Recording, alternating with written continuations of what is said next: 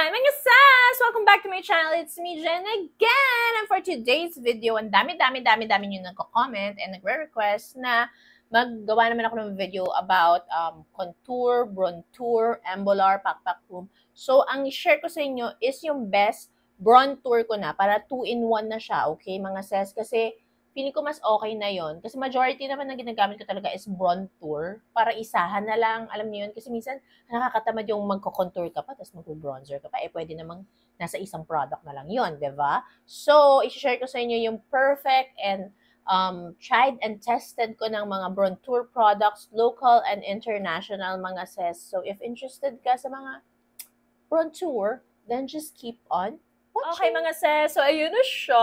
Ito yung mga products na pang bronzer, international and also local. Majority dito, local talaga. So first na product is, ang number one favorite ko talaga for local brand is this one. This is from Easy. Okay, hindi na siya Easy. May bago na silang packaging ha. Luma to mga sis. It's from Easy and it's in the shade Torrid mga sis. This is their creme cheek bronzer. And this one is a medium golden bronze. Yung Torrid yung napili ko. And ito talaga yung favorite. Medyo madumi siya. Ibig sabihin, gamit na gamit talaga mga sis. Ayan, ganyan siya. Oh, bugs. May iba't ibang shades sila nito. May blaze, merong molten, may toast, may ganong mga shades sila. Pero ito talaga yung pinaka-perfect for me na pang bronzer mga sis. Ayan. Sobrang gustong-gusto ko to as bronzer mga sis. Sobrang perfect siya. Lalo na sa skin tone ko, sa undertone ko, mas perfect siya pang bronzer kesa dun sa ibang shade. So, syempre, dapat depende yan sa skin tone or undertone mo mga sis kapag pumili kayo ng mga shades nila, okay? So, wag lang basta-basta kayo gagaya sa akin na torrid. Pero kung ka-shade ko kayo or ka-undertone ko kayo, then I think this is gonna be perfect din sa inyo. And pasensya na sa nails. Kinapos sa acetone. Hindi natanggal yung kabilang kamay. So, I'm so sorry naman doon, okay? Next naman mga sis is from Get Ready With Me. This is their Shady Sun Stick mga sis. It's in the shade Siargao. Ito naman is very, very long lasting and matte talaga siya. Matte na matte yung finish niya. And kapag events and gusto mo yung hulas proof na bronzer or actually mas more on sa bronzer side siya pero ginagawa ko na siyang bronzer na lang. Alam niyo yun. Pero itong shade na to na Siargao, this one, yan. Ito yung mas bet kong gamitin sa mga shades nitong Shady Sun Stick ni Get Ready With Me. Ayan. Matte yung finish niya and mas may onting effort na i-blend siya compared kay Easy. Kasi si Easy very, very blendable siya kasi creamy talaga siya. This one, medyo may onting effort since matte yung finish, pero para siyang nagiging powder na after mo ma-blend.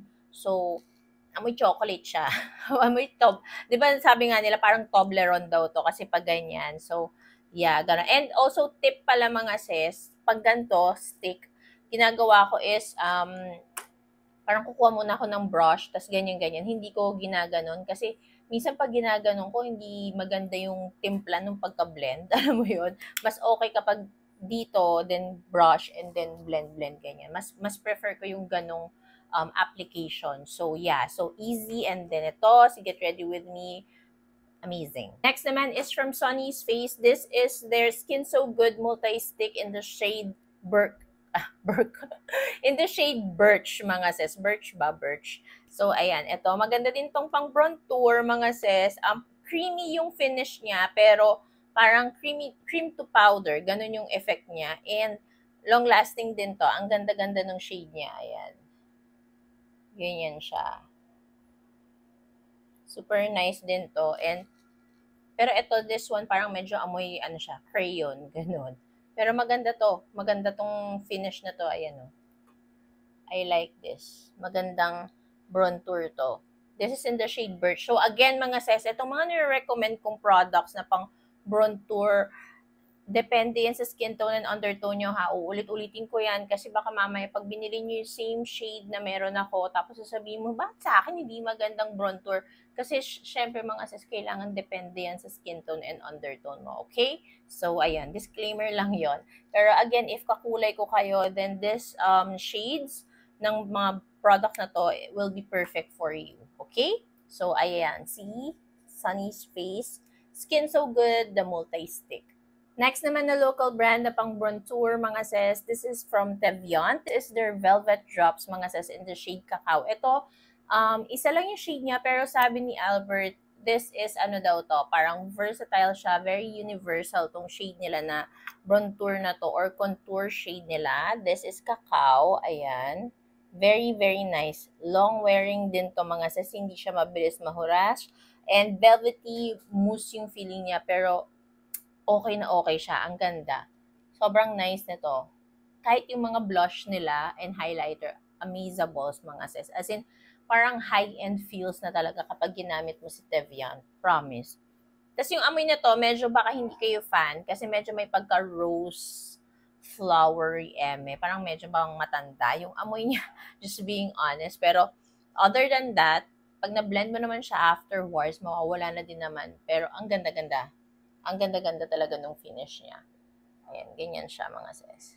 Super nice pang bronzer na to and long wearing siya. So, I highly recommend this. Next naman is from Strokes. Ito, gusto ko to, nagustuhan ko siya nung nirelease tong shades na to. May dalawa kasi siyang nirelease na bagong shades. It's Mochaccino and also Almond. Pero si Mochaccino kasi pang contour na contour talaga siya, which is perfect for my skin tone din. But this other shade, si Almond, sobrang nice niya as bronzer kasi may pagka-warm warm na contour siya eh. Alam mo, pang-contour nga. So, I like this so much. Bagay na bagay sa skin tone ko tong si Almond, mga sis. Tignan nyo. Ayan. O, diba? Ang ganda-ganda. Ayan siya. This one. This is Strokes Face Sculpt. Tama ba? Yeah. Face Sculpt nila to. Bagong shade nila tong Almond na to. Perfect na perfect sa akin to. Very creamy and it's very long wearing din. Para siyang naging cream to powder yung finish niya. Kaya, ayan, ganyan siya. Hindi siya super matte yung finish. May onting dewy or glow pa rin siya na natitira sa kanyang kulay afterwards mong mablend. So, ayan siya. Isa to sa mga magagandang pang bronzer din na hulas proof din talaga, mga sis. Kaya, bugs na bugs to. I highly recommend this. This one, mga sis, ang dami yung magiging option dito kasi madami siyang shades na ngayon. As for the local brand, mga sis, is from Easy again. This is their True Flex Skin Balm in the shade Brulee, mga sis. Ito yung darker shade ng kanilang skin balm and I super love it. I super love it. As in, itong skin balm na to, mas na-appreciate ko siya for bronzer, itong shade na to. Kasi ang ganda niya talaga. And again, it's long wearing. Tapos parang, alam mo yun, very natural lang yung finish niya when you blend it. Hindi harsh, hindi siya mukhang putik sa mukha mo, hindi siya mukhang dumi, hindi ka mukhang nasuntok. Ang ganda lang. Amazables talaga siya. Oh, ayan. Kaya, I like this. I highly recommend this. And you can also use this kapag meron ka nung lighter shades as a concealer and also as your base. Kaya boom boom siya. Or a primer. Pwede mo din siyang maging primer, mga sis. So, if bet mo i-explore yung True Flex Skin Balm nila, why not coconut? O, ayan. Pwede mo din siyang pang bronzer. O, diba? Next naman na products, actually tatlo na lang to. And ito naman, kapag nakakaluwag-luwag kayo or gusto nyo na talagang mag-explore with high-end or luxury brands, then this is your moment. Parang feeling ko, ito yung pinaka-hype na hype talaga ng mga cream products na pang bronzer for high-end. Actually, tatlo pa lang naman yung nabibili ko. Kasi yun pa lang yung afford natin, mga sis. Pero, share ko na sa inyo, okay? So, first is from Rare Beauty. You all know na ang tagal-tagal ko na nitong meron and sobrang gandang-ganda talaga ako dito kasi amazables, very creamy, sobrang daling i-blend. Ang ganda-ganda din ng shade niya. This is in the shade Happy Sol, okay? So, for my skin tone and undertone, Happy Sol tayo, mga sis. Ayan siya. Grabe, alam mo, sa lahat ng local brands na sinwatch ko kanina, parang walang kasing buttery and creamy na ganito, katulad ni Rare Beauty. As in, wala. Walang kasing ganun ka-creamy talaga. So, Amazables to. I highly recommend it, lalo na if you're a beginner and naglalaro pa sa isip mo if magka-high-end or luxury ka ba, then go for Rare Beauty muna for the meantime. Kasi amazing na to. Ito pa lang, amazing na. Makikita mo talaga yung difference ng high-end and luxury talaga eh. So, Amazables to. Ito, wala siyang masyadong amoy. Parang unscented. Unscented. Pero ayan, okay na okay to. Happy Salt, Rare Beauty. This is their bronzer stick. Stick bronzer. Bronzer stick. Ayan. Next naman for high-end or luxury is from Patrick Ta. Ayan. Tada! Very, very famous to. And ang shade na to is She's Statuesque. Statuesque. Tama ba? Statuesque. This is their creme contour and powder bronzer duo, mga sis. Ayan siya. Ito yung shade niya, yung cream. Yung cream yung pang bronzer natin dyan. Ayan, ganyan siya. Medyo light lang siya ng onti sa akin, pero feeling ko kasi yung next shade niya is medyo dark na siya sa akin. Kaya this will do naman, okay siya sa akin din. Ayan. So, this is Patrick Ta. She's Statuesque. Tama ba? Statuesque yung aking shade. Ayan. Boosh. Diba? Ganda. Then, last but definitely not the least, kasi ito naman din yung pinakamaharlika sa kanilang lahat. This is the Tom Ford Shade and Illuminate.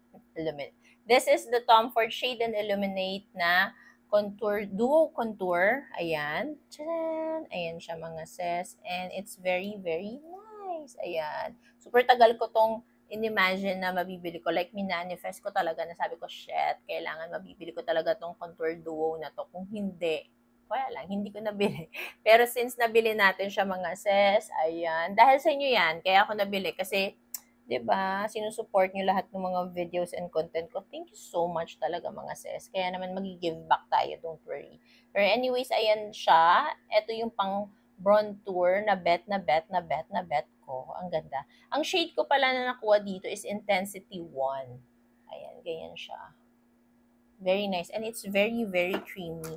So, if tatanungin nyo ako, sobrang worth it ba, mga Miss Jen? Actually, sakto lang siya. Kung gusto mo lang talaga mag-collect ng, nasa hilig mo na mag-collect ng high-end and luxury, tsaka siya magiging sobrang worth it. Alam mo yun? Kasi maganda naman talaga siya. Maganda talaga siya. Kaso nga lang, halos the same lang siya ng Rare Beauty, ni Easy. Mga ganong feelings ba, the same lang yung nagagawa niya. So, depende na lang kung gusto mo talaga mag-collect. Alam mo yun? Pero so far, sobrang gustong-gusto ko siya and worth it naman yung pagkabili. Very, very creamy and yung may parang may glow yung atake niya. Ayan, di ba? Hindi siya matte. So, ayan nga sis, that's all of my bronzer products na talagang ma-recommend ko sa inyo kasi talagang tried and tested ko na sila ng ilang days, weeks, months, years. O, diba? So, talagang sure na sure ako na magugustuhan nyo sila kapag binili mo yung isa dito sa mga nire-recommend ko na pang bronzer. Okay? So, hindi char-char to. Talagang bugs ng mga products na to. Okay?